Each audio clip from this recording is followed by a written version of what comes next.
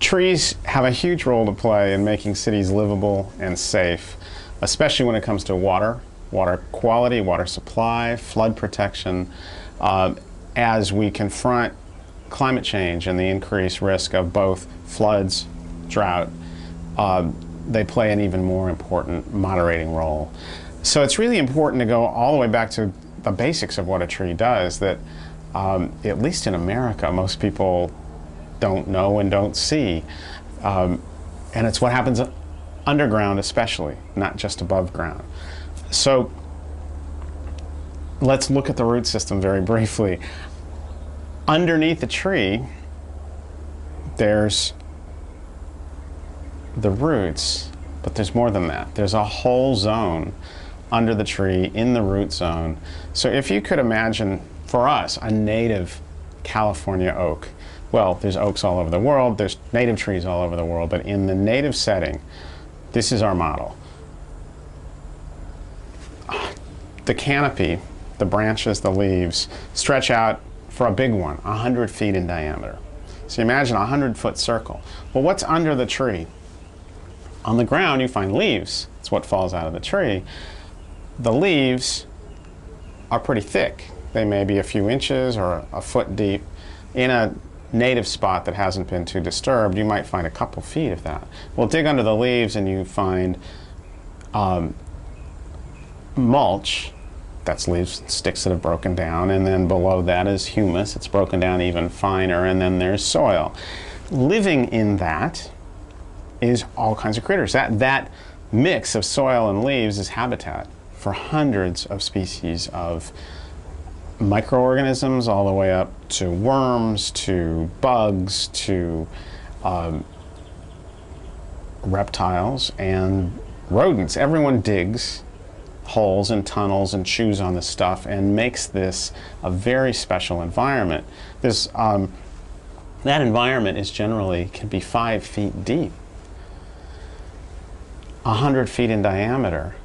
What you have there is a tank that floodwater goes into, rainwater goes into.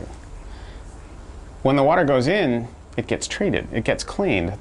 Those critters are probably, and the microorganisms all the way to the fungi, they comprise together one of the best water quality treatment plants on Earth.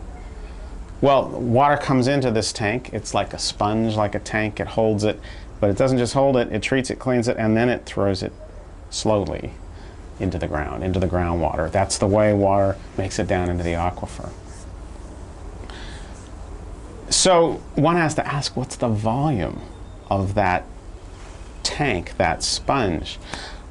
According to U.S. Forest Service Urban Forest Research Center, the volume for that one tree, if it's a 100-foot in diameter canopy, 57,000 gallons in a flash flood, in a 12-inch flash flood. It's a major rainfall event. You take that one tree away, what you get instead is a flood that takes away the soil, that takes away all the nutrients, that creates urban flooding problem downstream, creates a water pollution problem downstream, creates more of a drought water shortage because you've robbed all that water from the aquifer. So that's the function of a tree. Unfortunately, we've come to think of trees in cities as just merely decorations. And that's a real challenge. So that speaks to great environmental illiteracy and just a lack of knowledge of the basic survival tools we need in today's world. So put those together and you have both an opportunity to raise literacy, raise human participation in caring for the environment and rebuilding our life support system and our defense system. So let's extend what I gave as an extreme example, a big California old native oak, but down to urban trees and the possibilities that we can be using trees to protect us from climate change and moderate the changes coming and just make cities even more habitable now. So the trees generally aren't going to be that big, but you want that notion that if possible, you want to put these holes in the soil in order to put in the sponge and the tank and the recharge system. Why is that important? A city like Los Angeles is more than 60% paved. The land is sealed. Now this is a wide open, not very dense city compared to New York and high-rise cities like even like London. So all over Europe, all over cities, we're seeing increased now urban flooding. Why? Because we've sealed the land, the water can't get in, it all rushes off, and we have challenges. Cities all over the world, this is a problem, just urban flooding. Next,